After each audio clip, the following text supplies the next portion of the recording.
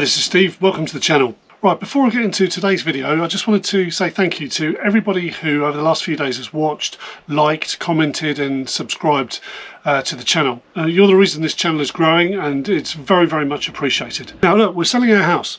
I thought I'd just go into a number of the options that we've thought about. Basically, our house is worth, let me think, maybe just under 300,000. We owe about half of that. So if we can clear 100 grand, I'll be really happy. Now the thing is, we're not going to be able to buy another property in the UK, or certainly not near where we live. If we were to go further up north, right up the country, we might be able to, but it's not going to be in a particularly good area. Not that there's anything wrong with the north. I've recently been up to North Yorkshire, a wonderful, lovely, lovely place. But I know that the property prices are reflected on the areas. So there's no way we can afford to buy property in the UK, downsize with, and stay local to where we are, which is down the south of England. So these are the options we thought about, right? That's out of the question. Then we thought, okay, we could put some money in the bank, couple it with my pension retirement fund, and maybe sit on the sidelines and wait for an auction property to come up, and then we can buy an auction property outright. But we've got to live somewhere in the meantime, so we'd have to maybe rent.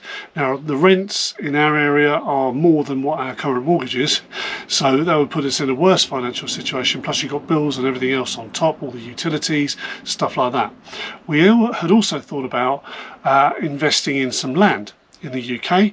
I've got the whole manual, the whole works about how to circumnavigate the 4-year rule, where you basically hide and live in the woods undetected for 4 years, and all this sort of stuff.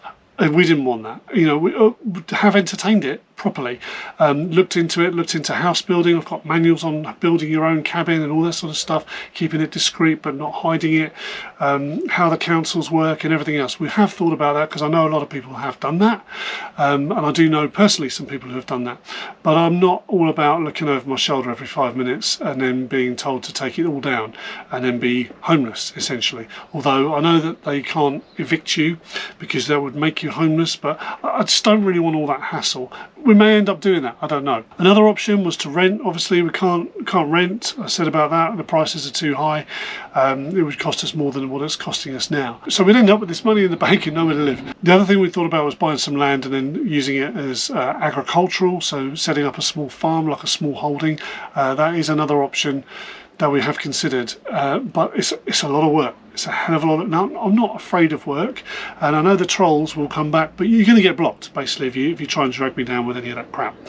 I'm not afraid of work. I've worked damn hard all my life. So we had thought about that, having a small holding. We love animals.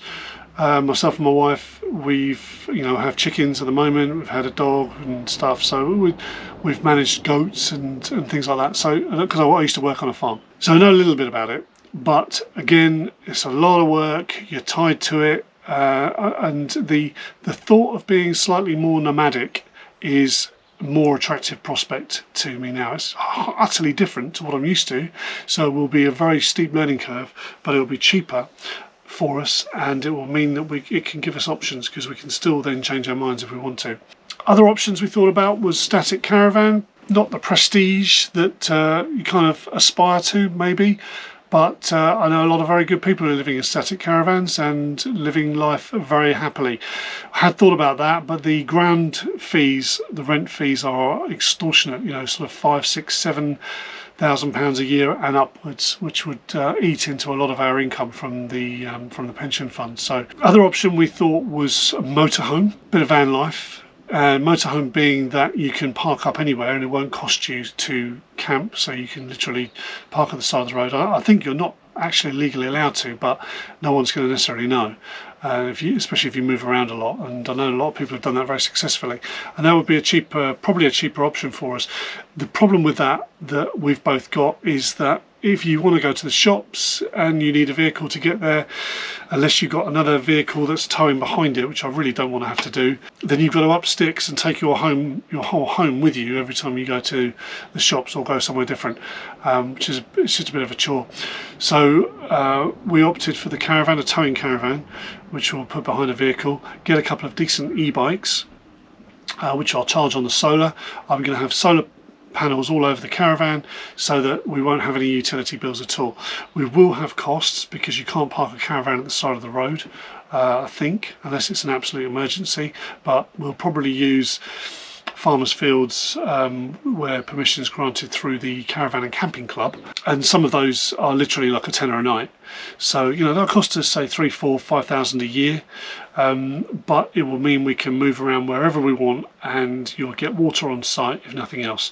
So in the caravan we'll have our own shower, we'll have our own hot water, we'll have our own toileting facilities. Obviously they'll need to be emptied, but most locations that we'll be staying at will have emptying facilities. If not, campsites charge a small fee literally just to empty every now and again. I know a lot of motorhome drivers do that. Everything else will be off solar. We'll have a battery bank. I've built several solar power off-grid solar systems in my house, so we'll be doing that with the caravan. That'll be the idea. Probably get a wind turbine as well, and especially, well, it depends on what the permission's like at the sites that we stay at. If they allow us to stay there for longer than a couple of weeks, maybe 28 days at a time, then we'll see if we can get a very sort of temporary pole set up with a wind turbine as well. The type of turbines I'm talking about are the ones that they use on boats. And for some of you who've commented and asked about numbers, actual real numbers, I did do a video a couple of days ago which was about how much I'm investing in one of my pensions. My overall goal is I've got two big pensions that I'm managing. One is in a SIP, one is kind of self-managed, but within another company, and I don't have a lot of choice. I can't get it out of there without paying for financial advice, which I'm really loath to do. Probably should, but I'd feel loath to pay a couple of grand for a financial advisor who's just going to sit there and try and sell me stuff. I know, I used to work in a bank, what they're like. So they're going to try and sell me stuff, and they're going to maybe go tell me that I shouldn't do what I'm going to do, and then I go and do it anyway, having paid them a couple of grand for the privilege. And I know some of them even like to tie in a residual income off of your pension. So I'm very, very adverse to that. I could be wrong, and I'm not the expert. And that's the other thing as well. I just want to make it very, very clear. There was some of the trolls have been commenting saying you're in no position to give financial advice. Absolutely, I know that. At which point did I say I was giving financial advice? I will never give financial advice on this channel. All I will do is show you what I'm doing, mistakes and all. So I'm going to show you stuff that I'm doing, stuff that I'm trying to do with my finances. I'll show you where the finances are going. I'll show you what I'm investing in. If I mess it up, you'll see it. No apologies for that. I'll take full responsibility for my financial situation where I am now, and I'll take full responsibility if I'm successful with my financial decisions in the future. All right, it works both ways. So yeah, pension wise, my aim, I'm currently at about 180,000, something like that, with a private pension. It's not really enough to retire on comfortably at all. I know that, I'm very aware of that, but I want to retire, I really do. So we're going to have to generate some kind of income, unless we just live utterly frugally for the next 27 years, which is what I've worked out. We spend under £1 a month. My wife's got a small pension as well, so I need about £600 a month for my pension to pay me. But the plan is to live in a caravan, motor around, enjoy lots of different places around the UK that we've never been to before, go and experience the Lake District and some wonderful areas in Wales and stuff like that. Maybe avoid Cornwall, I don't know. And then also tour Europe within the 3 months that we're allowed to go there. Buy a property in France with the equity from the property once we've sold our house, and then ideally have it so that there's not too much work that needs doing on it, rent it out as a holiday let. Where we know lots of people, and we're in touch with lots of contacts in France who have holiday lets, and they run them very, very well and get a decent income from them. And that would, even if it paid us, I don't know, £1 a month on average, it would be more than enough to for us to live on, bearing in mind what the lifestyle that we've calculated. So for you trolls, no, there's not much safety net in there at all. No, but we haven't got it, and that's it. Are we taking account of when we become very old and ill and all that sort of stuff? Well, by then, maybe there'll be a state pension, maybe there'll be pension credits, maybe there'll be something like that, maybe there won't. Maybe we'll just die in a ditch somewhere. But do you know what? I'm going to live life as full as I can, and we both are, for the next 20 years. That's the idea. You know, when I'm 85, 90, I'll be pretty much done. And that might sound defeatist. It might sound, you know, but that's me. I'm not telling anyone else that they should feel like that. You do you, I'll do me. And if you want to watch me mess it all up, then here it is. It's going to be on the video. It's that simple. I'm certainly not going to try and come across as someone who's got all the answers and is telling you that you should do this, and if you just follow my buy my course that you're going to be successful and all this crap. No way, you're not going to get that at all. What you're going to get is warts and all our situation, and if you're interested, then fine. That's the kind of people this video is for. If you're not interested, go away. So look, I've done a couple of other videos. One was a bit more specific. I'm going to be doing an update on my investments with Hargreaves Lansdown with the SIP, where I've moved a few of my pensions into a SIP from various workplaces. There's about 82,000 in there at the moment, although I haven't looked at the markets apart from this morning. Let's see, I know they were dropping, but I did my investments this morning. I did about 2,000. When I say investments, this 2,000 wasn't coming from my own income. This was coming from cash, where I had cashed out all my investments in my SIP wrongly, I know, and I'm basically using that money to reinvest back in and hopefully make some back of what I missed out on. So when I looked this morning, I'm just looking on my IG account, which is a spread betting account, which I used to. I learned a lot about the markets when I was doing spread betting. I was never really successful at spread betting. It's all too fast for me, but I have been successful in doubling my pension funds with HL. But again, everything I tell you and everything I show you that I'm doing is absolutely not financial advice, because it may not be relevant to you. It may not work for you.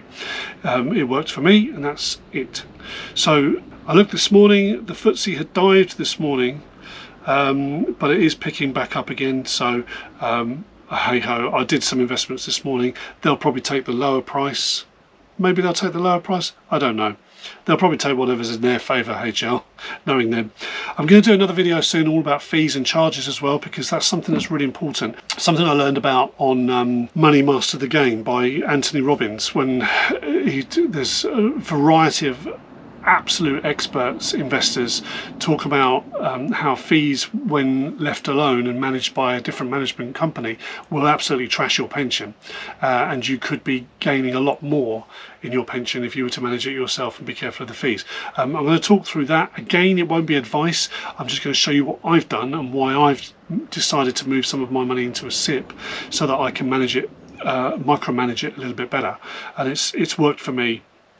And it suited me, and I'm very, very careful about what investments I put in because of the fees involved, and there are some really high fees. And of course HL wants you to invest in their ones, in their selected I can't remember what it's called now, it's their wealth list of really good investments, but they're all the ones with the highest fees that make them the most money, of course. So I'll show you what I've done to kind of get around that. Anyway, again, appreciate you watching. If you've come back to watch a second time, if you're new, then please consider subscribing to the channel. It really helps us out a lot. If you want to follow my progress, whether it's down or up, then keep watching. In the meantime, appreciate you all. Thanks again. See you soon.